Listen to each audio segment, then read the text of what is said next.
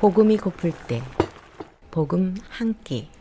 기독교의 진리를 잘못 알고 있는 사람들에게 기독교의 바른 진리를 알고 정리하게 함으로써 거기에 따라 신앙생활을 올바로 살 수 있도록 돕기 위한 공부를 하고 있습니다. 첫 번째 제1과가 Salvation is giving your life to Christ. 우리가 우리의 삶을 주님에게 드리면 구원받는다. 또는 구원이란 우리 삶을 주님에게 드리는 것이다. 이런 말들을 우리가 많이 듣고 사는데 이게 왜 잘못된 것인가? 잘못되어도 크게 잘못된 것이다. 사람들은 예수를 믿고 나서도 복음을 제대로 듣지를 못해서 이상한 삶을 삽니다. 그 이상한 삶을 총칭해서 우리는 종교적 삶이라고 이렇게 부르고 있습니다. 기독교는 종교가 아니라 생명, 은혜다. 거기 괄호에 2페이지 맨 위에 보면은 기독교는 종교가 아니라 뭐다라고 이렇게 괄호가 되어 있잖아요. 거기 여러분 뭐라고 쓰셨나 모르겠는데 정답은 기독교는 종교가 아니라 생명 그리고 은혜다. 여러 가지 다른 단어도 쓰시지만 꼭 빼놓을 수 없는 단어가 두 개입니다. 생명은 사망의 반대죠. 그런데 많은 사람들이 예수를 믿고 생명을 얻었음에도 죽은 것 같은 삶을 삽니다. 특별히 율법 아래 있는 삶. 그러니까 우리는 예수 그리스도로 말미암아 율법에서 해방이 되었습니다. 예수가 우리를 율법에서 해방을 시키셨어요. 율법 아래 있게 되면 이거는 죽은 삶이에요. 왜냐하면 율법이 곧 죄요, 죄가 사망이기 때문에 그렇습니다. 율법이 왜 죄냐? 정확히 말하면 율법이 죄가 아니라 율법을 지키지 않는 것, 지키지 못하는 것. 그러면 지키면 될 거 아니냐? 예, 지키려고 노력했죠. 구약시대 사람들이 율법을 지키려고 노력했고 하나님도 율법을 지켜라. 지키면 너에게 이러이러한 복을 주겠다. 하나님이 그렇게 말하신 이유를 신약에서 특히 바울이 그거를 소상하게 밝혀줬어요. 그러니까 하나님이 우리에게 율법을 지키라고 한 것은 정말 율법을 지키라고 한 것이 아니라 얘들아 너희가 율법을 보면은 못 지킬 것 같으지? 자신 없지? 그러니까 나에게로 와야 돼. 이거를 말하려고 하신 건데 이스라엘 사람들은 오해를 했어요. 하나님이 율법 지키는 걸 좋아하시는구나. 그래서 율법을 지키려고 했으나 단 한 사람도 율법을 못 지켰어요. 그것은 로마서에서 바울이 단정을 짓기를 의인은 없나니 한 명도 없으며 라고 이렇게 단정을 지으면서 증명이 됐습니다. 그래서 우리가 이제 율법 아래에서 풀려났어요. 해방이 됐어요. 그리고 이제 율법의 영역에서 어디로 넘어왔어요? 은혜 영역으로 넘어왔어요. 십자가를 기준으로 해서 율법의 영역에서 은혜 영역으로 넘어왔어요. 사망의 영역에서 생명의 영역으로 넘어온 거예요. 저주의 영역에서 축복의 영역으로 넘어온 거예요. 그래서 구약을 가지고 설교할 때 조심해야 돼요. 많은 분들이 구약을 읽거나 구약을 공부하거나 구약을 가지고 설교할 때 이 축복 설교, 들어가도 복을 받고 나가도 복을 받고 떡반주리가 복을 받을 것이다. 이것을 본문 그대로 설교하는 분들이 계신데 큰일 납니다. 그것은 예수가 오시기 전에 십자가 이전에 받아야 할 축복이에요. 그것은. 예수가 오신 이후에는 에베소 1장 3절 이하의 신령한 복, 그것은 바로 십자가에 달려서 우리를 위해 돌아가신 그 예수 그리스도, 그가 이제 성령으로 우리 안에 들어와 계심을 믿고 의지하고 날마다 매 순간마다 그리스도를 인식하고 연합하여 사는 삶, 그게 복이다. 그게 축복이다. 그게 네 떡반주리에 떡반주리인가? 떡반주리가 맞나? 떡반주리, 떡광주리. 예. 떡광주리에 떡이 가득 들어차 있는 것보다 더 좋은 복이다. 사실 오늘날 그 기복설교, 모범설교, 인물설교, 도덕설교를 하시는 분들은 복음이 뭔지를 모르시는 거예요. 그러다 보니까 이제 사람들이 진정한 복이 무엇인가를 잊어먹고 살게 된 거예요. 그래서 이제 물질을 추구하고 건강을 추구하고 살게 된 거예요. 그게 종교예요. 그러니까 기독교가 종교로 떨어져 버렸어요. 기독교는 종교가 아님에도 불구하고 이 복을 잘못 이해하는 바람에 종교로 전락해 버리고 말았어요. 종교는 신념과 의지를 강조해요. 모든 종교는 인간의 신념과 의지를 강조해요. 도덕과 윤리를 강조해요. 규범, 규칙, 명령, 계명 이런 것들을 강조해요. 그래서 그런 말을 들음으로써 자아가 강화되는 거예요. 내 자신이 강화되는 거예요. 내 자아가 강화되는 거예요. 종교가 가진 무서운 결과입니다. 오늘날 교회 안에 종교적 발언, 종교적 그 신념과 의지를 강조하는 말씀을 들음으로 말미암아 죽어야 할 자아가 오히려 펄펄 살아서 예수 그리스도의 역사하심을 방해하는 예가 얼마나 많은지 말할 수도 없어요. 그런 사람들의 특징 중에 하나가 궤변을 드러놓는 거예요. 이건 분명히 예수 그리스도의 뜻이 아니에요. 예수 그리스도의 마음이 아니에요. 예수 그리스도가 원하시는 게 아니에요. 그런데도 불구하고 궤변을 드러놓습니다. 오늘날 우리 주변에 그 궤변론자들이 얼마나 많은지 그걸 듣고 있으면 참 뭐라고 할 수가 없어요. 근데 그분들이 힘이 있어요. 무슨 힘이 있느냐? 일단 조직이 커요. 그리고 돈이 많아요. 힘이 있어요. 힘이 있는 사람들이 말하는 것이 법이 되고 있어요. 우린 거기에 휩쓸리면 안 된다 이거예요. 이 종교적 삶, 율법 아래에 있는 삶, 그것이 사망이고 우리는 이제 생명으로 넘어왔습니다. 우리가 예수 그리스도의 생명을 가진 자로 살아가기 위해서는 생명력이 필요합니다. 생명을 가진 자가 생명을 가진 자답게 살아가는 것이 생명력인데 그 생명력은 어디서 오느냐? 은혜로부터 오는 것이에요. 근데 이 은혜와 율법을, 종교를 종종 착각을 합니다. 인간들이 자신의 행동을 통해 하나님께 나아가려고 하는 삶의 체계가 종교인데 종종 거듭난 사람들도 그렇게 사는 것이 아름다운 삶이다, 정당한 삶이다, 정상적 삶이다라고 착각하기 쉬운 거예요.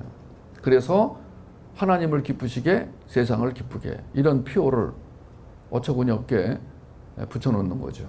그리고 제2과에 들어가면 다음 주부터 이제 2과를 공부하게 되는데 Christians are just sinners saved by grace라는 어처구니 없는 그럴듯한 말에 속아 넘어가서 많은 분들이 예배 때마다 주여 저는 죄인입니다. 죄인이 오늘 주님 앞에 나왔습니다. 이런 어처구니 없는 고백을 하게 되는 것이고 그런 고백을 들은 초신자들은 저렇게 기도해야 맞는 것이구나. 그래서 자신을 자꾸만 죄인입니다. 저는 어쩔 수 없는 죄인입니다.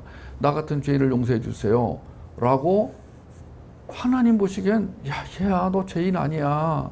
그런데도 아니에요. 죄인이에요. 너 아니라니까. 아니에요. 왜 자꾸 그러시는 거예요. 죄인이에요. 이러고 사는 이 모습을 보게 되는 것이죠. 이 개인의 종교적인 신념에서 비롯된 행동 기준. 그러니까 사람들은 신앙생활을 하면서 하나님 말씀이 아니라 자신의 경험을 중심으로 이제 어떤 확증을 갖게 돼요. 내가 살아보니까 이것이 옳구나. 저것이 맞구나. 그래서 많은 분들이 이 하나님의 복음으로부터 삶의 기준을 찾는 것이 아니라 자신의 경험으로부터 찾습니다. 종교 지도자, 복음을 잘 모르는 종교 지도자들이 얘기하는 경험을 따라서 그것을 삶의 기준으로 삼을 때 큰일 나는 것이요. 그렇게 되면은 이제 무언가에 속박되고 매인 상태가 되는 것이죠. 은혜라는 것은 그리스도 구속의 결과요. 또 우리에게 선한 행동을 하게 하는 열정의 원동력이다. 예수 그리스도의 생명력이며 그리스도를 야다로 알게 하고 세상을 이기게 하는 능력이다. 하나님의 은혜에 사로잡히게 되면요. 우리는 그 하나님이 우리를 위해 그 준비해 놓으신 어떤 삶의 여정이 있어요. 그 삶의 여정과 삶의 목적이 있어요. 목표가 있어요. 데스티네이션, 목적이 있어요. 그것이 뭐냐면은 크게 세 가지로 말한다면 하나는 거룩한 백성으로 사는 것, 또 하나는 하나님의 나라를 완성하며 사는 것, 또 하나는 신부의 영성을 갖고 사는 것. 이것이 은혜가 아니면 이루어질 수가 없어요. 이 세 개의 목표는 하나님의 은혜로만 달성될 수 있어요. 인간의 신념과 의지, 도덕과 윤리로는 갈 수 없는 세계, 이룰 수 없는 목표예요. 그러니까 많은 사람들이 하나님이 거룩하다는 것이 뭔지를 모르니까 자꾸만 어디로 끌고 가냐면 율법, 도덕, 윤리로 끌고 들어가요. 그게 뭐라고요? 지식나무의 결과였어요. 생명나무의 열매가 아니라 지식나무의 열매였어요. 그리스도 안에 들어가는 것, 우리가 신앙생활의 원리는 인식과 연합이라고 그랬죠. 여러분이 오늘 여기까지 오셔서 이 시간 같이 참석하신 그 결과, 축복은 뭐냐? 인식을 하게 되시는 거예요. 인식을 하게 되면 자연히 우리 안에서 연합하고자 하는 소망, 기대를 갖게 돼요. 그것을 믿음이라고 하는 거예요. 그러니까 믿음은 들음에서 나는 거예요. 근데 지금 전 세계에서, 전국도 아니고 전 세계에서 이 강의를 SNS로 듣고 계시는 분 또 축복이세요.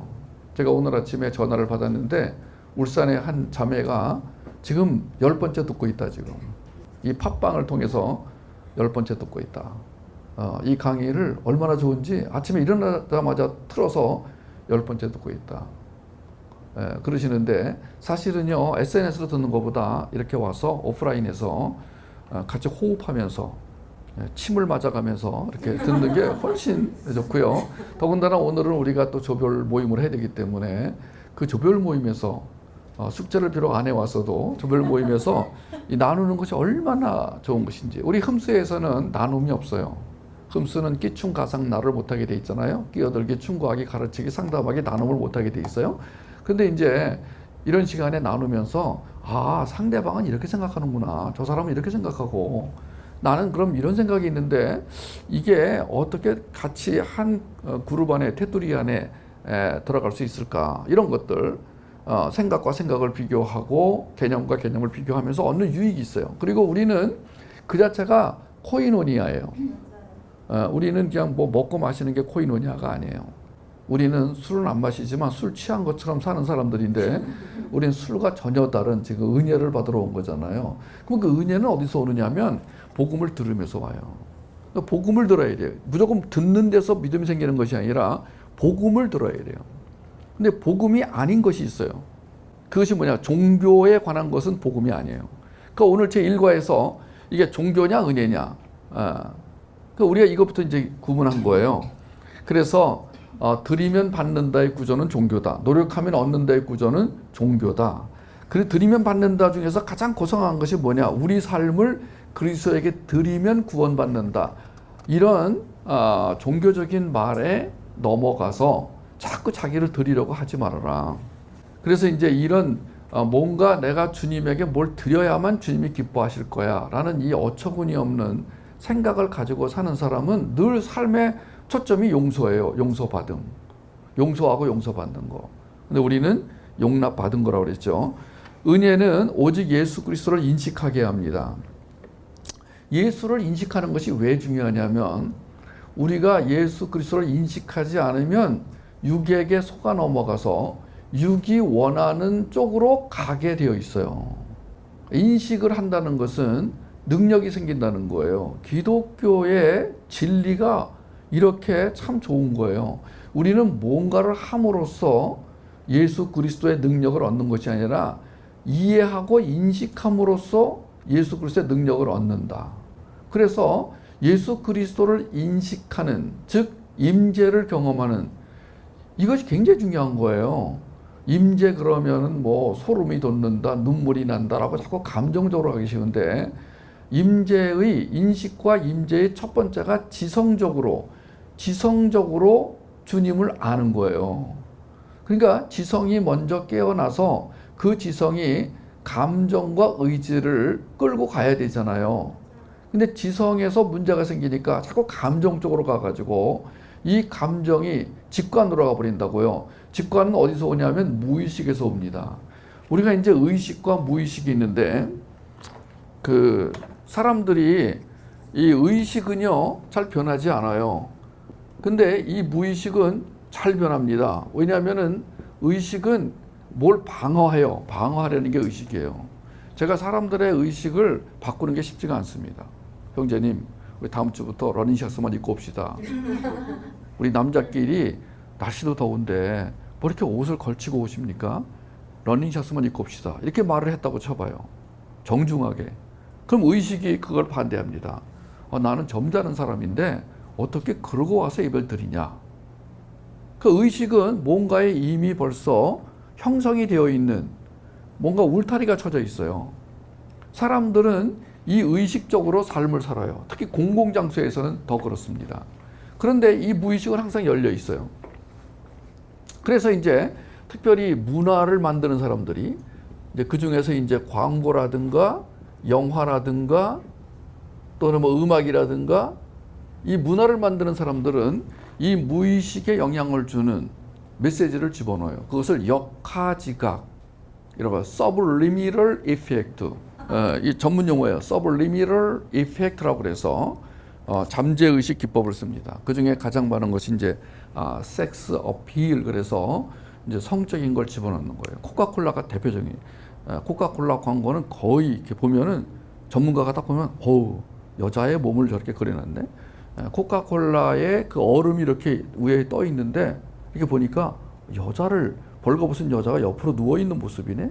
그럼 그걸 이제 고발을 하면 심의위원회에서 심의를 해가지고 광고를 못하게 되어 있어요.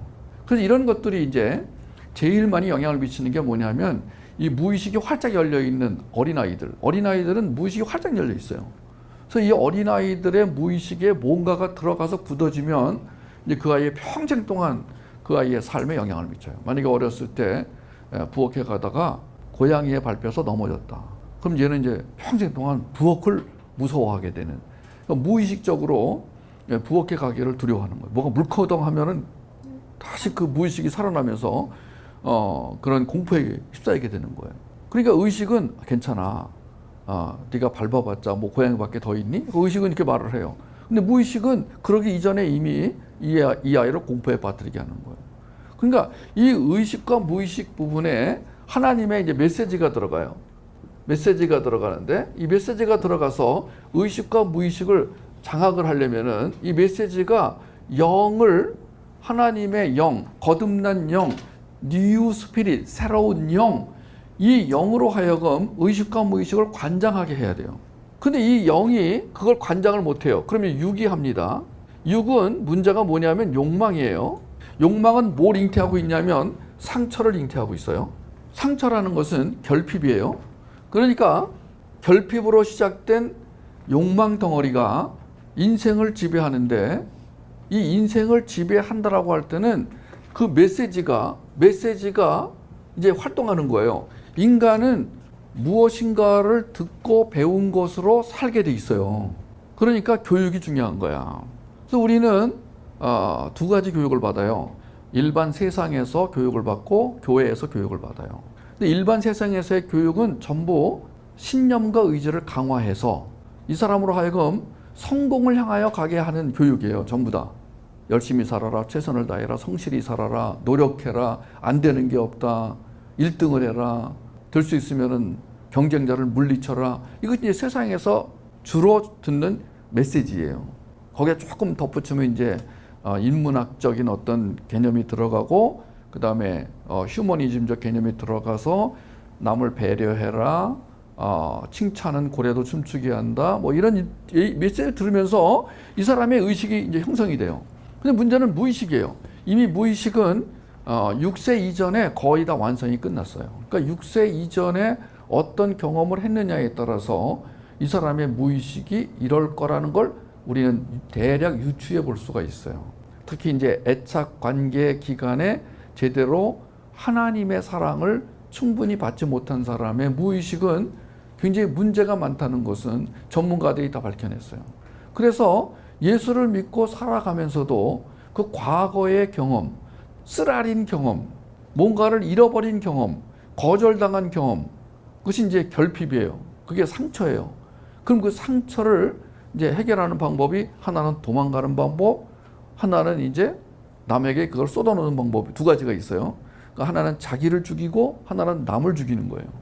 자기를 죽이는 사람은 이제 히키코모리, 방에 틀어박혀서 나오지를 않아요. 지금 일본 사람들 상당수가 지금 방에서 나오지를 않는데, 지금 얼마 전에 신문에 보니까 47살 된 분이 지금 뭐 40년간을 방에서 안 나왔대요. 그분의 스토리가 나왔는데 그런 분들이 많다고 그러더라고요. 우리나라도 점점 많아지고 있어요.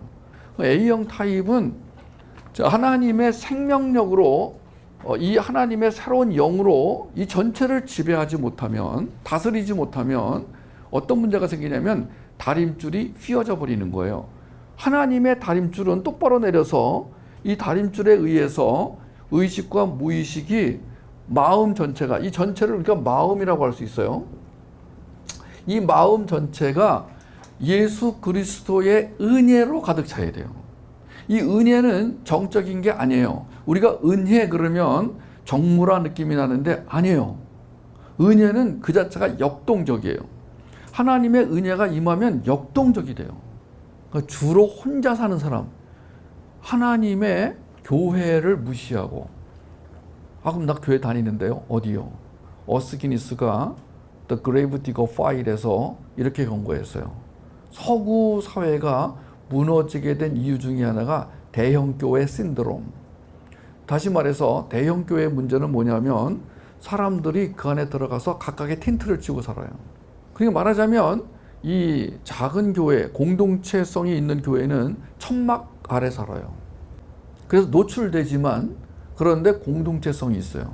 근데 대형 교회는 노출되지 않아요. 이게 문제예요. 드러나지 않아요. 숨어 있어요. 숨어서 뭐라느냐? 개인 텐트를 쳐요.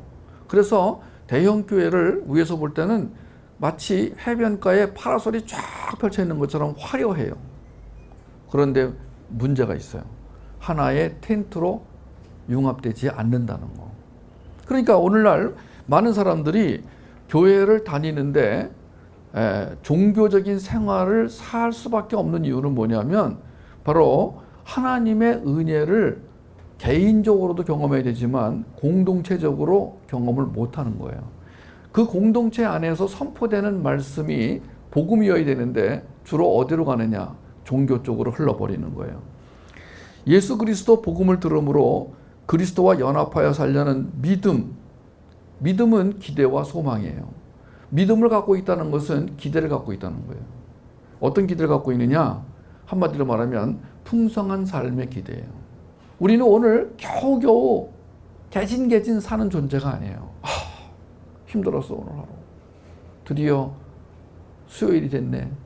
내일 모레 불금이 오겠지. 주말이여 어서 와라. 우리 그러고 사는 게 아니에요.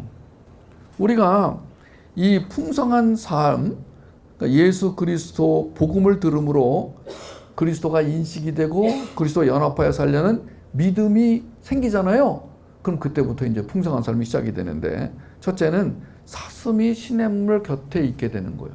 시냇물 옆에 있는 사슴, 자기를 해하려는 사자나 호랑이가 없는 평화로운 낙원. 시편 23편의 푸른 초장에 풀을 뜯어먹고, 그리고 옆에는 맑은 시내가 흐르는 그곳에서 살아가는 사슴을 우리라고 성경이 표현하고 있는데 바로 그게 풍성한 삶이에요. 두 번째는 포도나무의 열매가 주렁주렁 맺혀 있어요. 열매를 맺히지 못하는 포도나무는 문제가 있다. 그러면 이 포도나무는 아무 쓸모가 없으니까 갖다 버린다. 다른 나무는 열매를 못 맺혀도 태풍에 쓰러져도 톱으로 썰어서 목재로 쓴다든가 아니면 땔감으로라도 쓰는데, 이 포도나무는 그 하나로는 땔감도 안 된다. 이것은 그냥 밟혀서 그냥 먼지로 날아갈 뿐이다. 포도나무는 열매가 맺혀야 된다. 그 열매가 뭐냐? 갈라디아 5장 22절 23절 그 9가지 열매를 대표하는 사랑, 하나님의 사랑, 아가페. 하나님, 오늘도 나에게 하나님의 사랑이 필요합니다. 나의 문제는 사랑이 부족하여 생긴 것입니다. 나의 권위자가 나에게 그 하나님의 사랑을 충분히 채워주지 않았습니다. 나에게 뭘 자꾸 하라고 말했지 사랑이 뭔지 알려주지 않았고 어떻게 사랑을 받는지도 알려주지 않았습니다. 계속 나를 써먹으려고만 했습니다. 내가 보니까 영적 지도자를 잘못 만나가지고 그동안 학대당하고 부려먹음 당하고 봉사에 헌신하고 그러는 동안에 내 영이 메말랐습니다. 주님, 이제라도 제가 채워서 하나님의 은혜와 생명력으로 채워져서 풍성한 삶을 살게 해주십시오. 이것이 이제 우리의 갈망이에요. 갈증이에요. 근데 그쪽으로 안 간다는 거예요. 자꾸만 번아웃 쪽으로 가는 거예요. 종교는 그렇게 만들어요. 번아웃으로. 그러다가 이제 조금 미안한지 명상, 수련, 훈련 이름을 붙여가지고 또 이제 자기 자아를 가지고 하나님을 바라보게 하는데, 우리는 하나님을 바라본다, 하나님을 향한다, 하나님을 쫓아간다, 이게 아니에요. 그 하나님과 하나가 된다라는 거예요. 유니온 크라이스트. 그러니까 이게 언어의 차이가 그 사람의 개념의 차이를 만들고 그 개념의 차이가 삶의 방향을 결정짓는데 그걸 모르고 있다는 거예요. 그 다음에 배에서 생수가 넘쳐요. 이 생수가 없으면 당연히 나오는 게 목마름이죠. 목마른 사람은 계속해서 뭔가를 추구하게 돼 있어요. 그래서 야간 대학을 간다, 학원을 다닌다, 아니면은 자격증을 딴다, 아니면은 어디 가서 선교를 하러 간다. 이렇게 배에서 생수가 넘치지 않는 사람은 현재 삶에 뭐가 부족하다는 인식이 자꾸 들어요. 지금 내가 살아가는 이 오늘의 이 시간이 뭐가 부족한 거예요. 그래서 내가 뭔가를 해서 그 부족함을 채우지 않으면 나는 뭐가 문제가 생길 것 같은 두려움에 빠지게 되는 거예요. 그러나 생수가 넘치는 사람은 첫 번째 두려움이 사라져버려요. 참 희한한 일이에요. 그냥 들어누워서 눈 붙이면 자요. 참 희한한 일이에요. 밤이고 낮이고 그냥 들어놓으면 자요. 이 두려움과 고민이 많은 사람의 특징이 잠이 안 와요. 그래서 잠 안 오는 밤에 라디오를 켜고 심야 방송을 들어요. 또는 잠 안 오는 밤에 술을 마셔요. 또는 잠 안 오는 밤에 게임을 해요. 등등 뭔가 그 괴로운 시간을 잊어버리려고 대체물을 찾게 돼요. 그 대체물에 빠지면 중독자가 되는 거예요. 배에서 생수가 넘치면 첫째는 그 생수로 인해서 자기도 살고 다른 사람도 살릴 수가 있어요. 왜냐하면 다들 지금 뭐의 문제냐? 생수의 문제예요. 생수가 없는 사람은 에레미야 2장 13절처럼 웅덩이를 파는데 밑이 터지는 웅덩이를 파게 돼 있어요. 다 열심히 파요. 얼마나 열심히 파는지 몰라.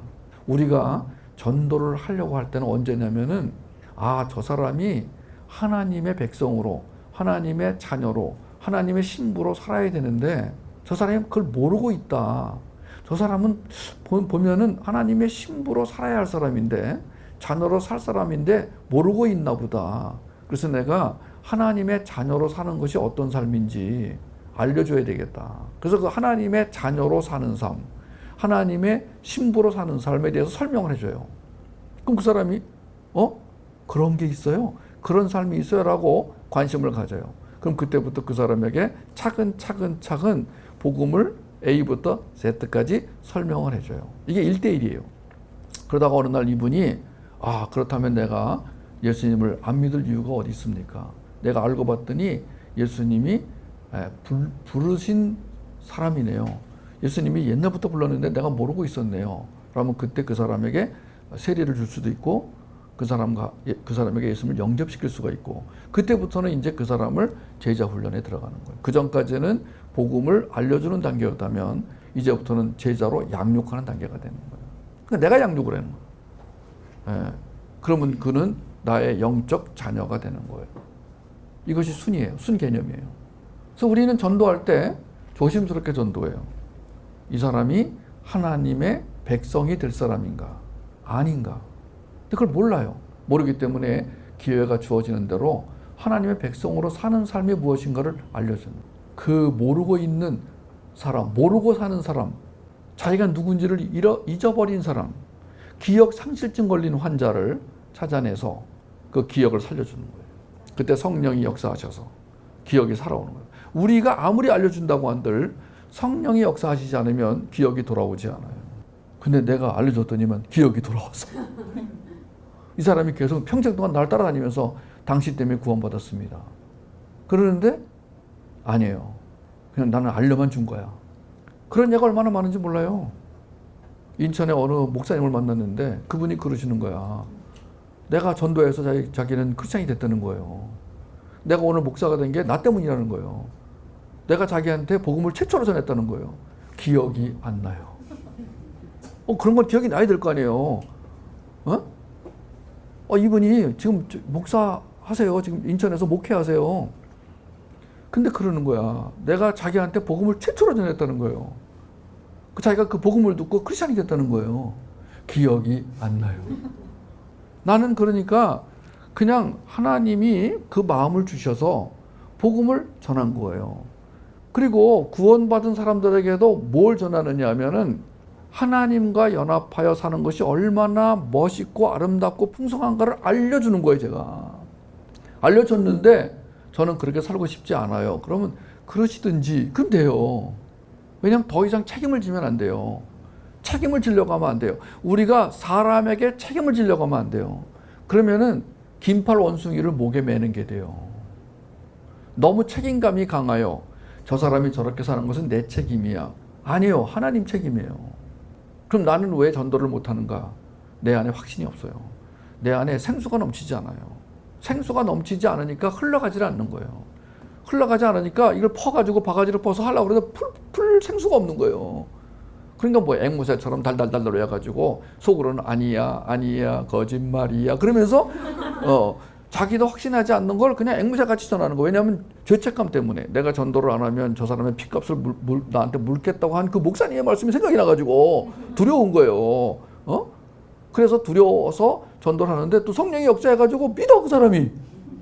그때 이 사람이 깜짝 놀라는 거야. 자기가 말해놓고 자기가 놀래. 우리가 종종 그런 일이 많아요. 이런 삶을 무슨 삶?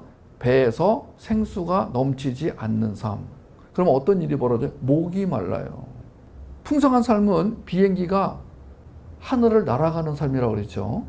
저는 비행기 비유가 참 좋아요. 새 비유보다 원래는 새가 더 성경적이에요. 새로 비유하는 게 성경적이에요. 왜냐하면 비행기는 인위적으로 날아가는 거니까. 근데 저는 비행기가 좋아요. 어려서부터 비행기 옆에서 살아서 그런 것 같아요. 저는 공항 옆에서 살아가지고 내가 태어난 집도 공항 활주로가 됐기 때문에 나는 비행기와 아주 관계가 깊어요. 그리고 비행기를 자주 타다 보니까 비행기가 좋아요. 그러면 이 비행기가 계속 어느 지점을 향하여 날아가는 것, 그것이 이제 우리 크리스찬의 풍성한 삶이라고 그랬어요. 초점, 관점, 지향점. 그러니까 비행기가 제일 위험할 때가 뜰 때하고 내릴 때잖아요. 그러니까 초신자로 이런 데 와서 이제 처음에 양력 받을 때가 위험해요. 초신자들은 하루에 12번도 이게 엎치락뒤치락 해요. 초신자의 특징은 영이 훈련을 못 받았기 때문에 이 교활한 육이 영을 이기려고 해요. 그래서 초신자들의 특징은 두 가지로 나타나요. 하나는 그 첫사랑의 뜨거운 그 열기로 인해서 그냥 뭐 말하자면 미친 듯이 그 살아가는 삶이 있어요. 첫사랑의 열기 속에서. 대개 이제 모태신앙인들 2대, 3대째 믿는 사람들은 그런 뜨거움이 없어요. 미지근해요. 그래서 그런 사람 보면 신기한 거야. 근데 대개 이제 불신자 가정에서 예수를 믿은 사람들은 뜨거워요. 열정적이야. 그 기간이 넘어가면 이제 권태기가 오고 이제 갱년기가 오고 그러는데 그 권태기와 갱년기를 견디는 힘을 그 열정 기간 동안에 양육을 받아야 돼요. 근데 이 사람은 너무 열정이 넘쳐가지고 막 사방을 다 가야 돼. 그냥 여기도 가고 저기도 가고 막 그냥 오반군데 다 가. 그 뭐예요? 찔끔찔끔이에요. 이게 하나님의 양육의 원리는요. 한 사람의 양육자로부터 오랫동안 양육을 받도록 돼 있어요. 이건 뭐하고 똑같으냐면 어린애가 갑자기 나 엄마로 만족하지 않으니까 옆집 아줌마도 엄마로 삼겠어요. 나 엄마가 주는 저주로 만족이 안 돼요. 옆집 아줌마한테 얻어먹어. 또 그것도 만족이 안 돼. 뒷집 아줌마한테도 얻어먹어. 가지고 얘는 지금 매일 옆집, 뒷집, 앞집을 다니면서 그냥 조금씩 해. 그러니까 친밀감이 없어지는 거예요. 그러니까 여러 사람하고 조금씩만 관계가 있지 한 사람의 양육자로부터 오랫동안 양육을 못 받다 보니까 이게요 흐름이 없어요. 찔끔찔끔 양육을 받는 사람의 특징은 그 신앙의 흐름이 분명하지 않아요. 노선이 분명하지 않아요. 그러니까 지금 우리가 이 배에서 생수가 넘친다, 비행기가 초점, 관점, 지향점을 향해 날아간다. 이게 무슨 의미인지 여러분 아셔야 돼요. 풍성한 삶이. 그 다음에 또 하나는 신부의 영성으로 충만해지는 거예요. 신부의 영성. 제가 여러 번 말하지만 12시 반에 이곳에서 신부의 영성 강의를 하고 있으니까 시간이 되시는 분은 꼭 오세요. 초대합니다. 꼭 오세요. 그것은 팥빵으로 내보내지 않기 때문에 팥빵, 찐빵으로 먹을 수가 없어요. 그거는. 여기 오셔야만 들었어요. 신부의 영성. 신부의 영성은 우리가 영성이라고 할 때는 예수 그리스도와의 얼마나 친밀한가, 즉 얼마나 연합되어 살아가는가가 영성이에요. 내가 영성이 깊다라는 것은 예수 그리스도와 연합하여 사는 삶의 수준과 깊이가 깊고도 넓고 오래간다, 유지된다라는 것이 영성이에요. 그러니까 예수 그리스도와의 그 깊은 친밀감은 그 자녀됨, 종됨, 청지기됨, 제자됨, 사역자됨으로 우리가 이 땅을 사는 동안에 그 풍성한 삶의 원리는 그 HIP, 우리가 이제 그냥 나는 하나님의 자녀예요 라고 말하는 것보다 나는 하나님의 자녀됨이 있어요가 훨씬 좋은 말이에요. 이 자녀는 버르장머리 없는 자녀일 수도 있고 철이 안 난 자녀일 수도 있어요. 그런데 sonship이 되면은요, 이거는 아버지를 아바라 부르면서 그 아버지의 영적 유산을 충분히 받아 누리는 철든 자녀가 되는 거예요. 이 SHIP가 붙느냐 안 붙느냐가 되게 중요합니다. 이게 이제 배라는 뜻도 돼, 배. 이게 우리 한국말로 뭐뭐됨이라는 뜻도 되지만 배라는 뜻도 돼요. 그러니까 나는 절대로 파손되지 않는 튼튼한 배를 가지고 있어요. 그런 그 태풍 속에도 안전하게 갈 수 있는 배가 있다면 이 태풍은 인생의 여러 가지 문제를 상징하는 거예요. 인생에 태풍이 불 때가 있어요. 자주 부는 사람이 있어요. 태풍이. 자주 부는 사람이 행복한 사람이에요. 왜냐하면 태풍이 불면 우리는 주님을 찾게 돼 있어요. 아버지를 찾게 돼 있어요. 그 아버지가 이렇게 나를 꽉 싸가지고. 그러니까 노아의 방주는 예수님을 상징하는 거잖아요. 노아의 방주가 이렇게 있어요. 배가 이렇게 있으면 이 노아의 방주는 예수님을 상징하는 거잖아요. 이 안에 들어있는 사람과 짐승은 이 방주에 의해 보호를 받는 거잖아요. 이게 뭐냐면 예수님이 나를 끌어안고 있는 거예요. 나를 팔로 이렇게 안고 있는 거예요. 노아의 방주는 예수를 상징하는 거예요. 우리가 성경 전체를 구속사로 해석을 합니다. 그러면은 이 구속사는 뭐냐, 모든 사건을 예수님의 구속에 관한 것으로 봅니다. 노아의 방주도 예수님의 구속의 하나로 보는 거예요. 그래서 이 방주가, 배가 예수님을 상징하는 거예요. 그럼 방주 안에 들어있는 그 사람과 그 생명체들, 그게 바로 예수에 의해 구원받을 뿐 아니라 예수에 의해 보호받아야 할 예수의 백성들, 자녀들, 종들, 신부들을 의미하는 거란 말이에요. 그게 나를 의미하는 거라니까.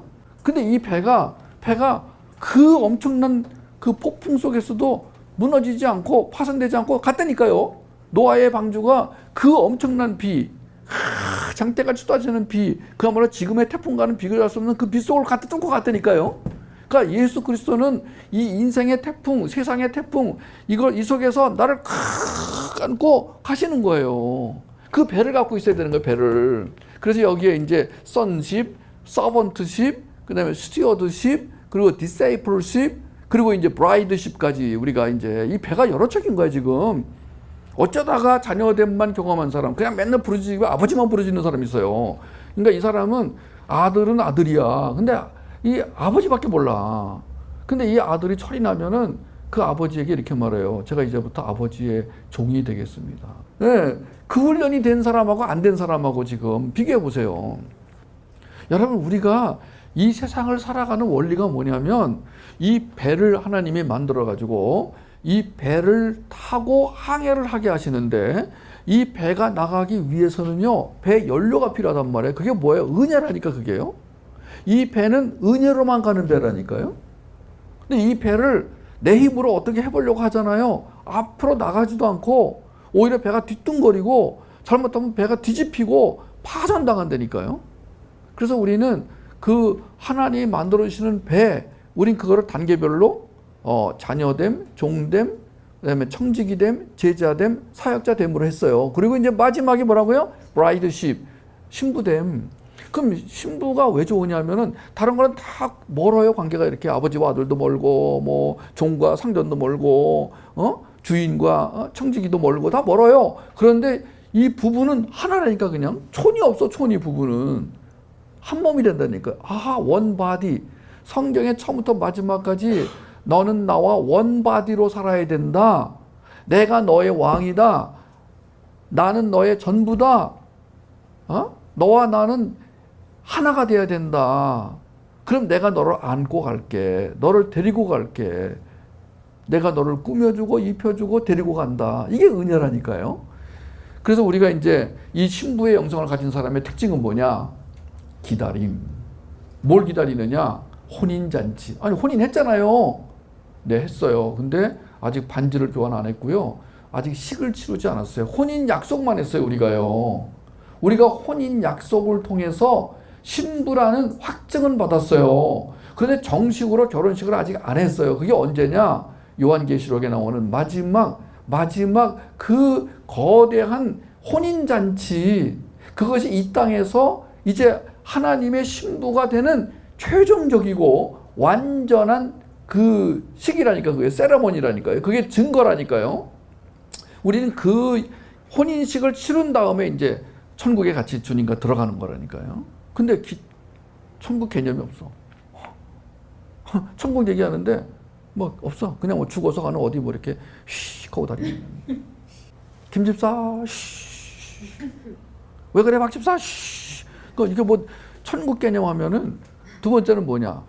그 금덩어리 은덩어리. 이제 누군가 그 사람 옛날에 책 써낸 사람이 있는데 천국 갔다 온 사람, 펄시콜레인가 뭐 펩시콜라인가 이런 사람. 이 사람은요, 제가 천국 갔다 왔대요.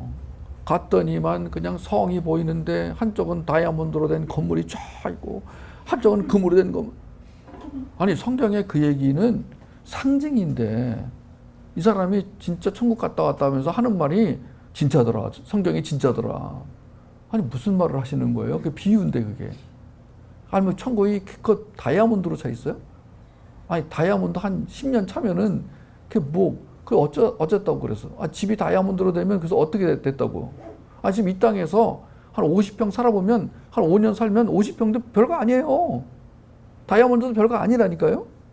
그러니까 우리가 이제 이 물질 개념, 천국을 물질 개념으로 생각하는 사람이 있고 시간 개념으로 생각하는 사람이 있어요. 제가 오늘 어떤 분의 설교를 들었는데 10계명의 마지막 계명이 이제 뭐였죠? 마지막 계명이 뭐예요?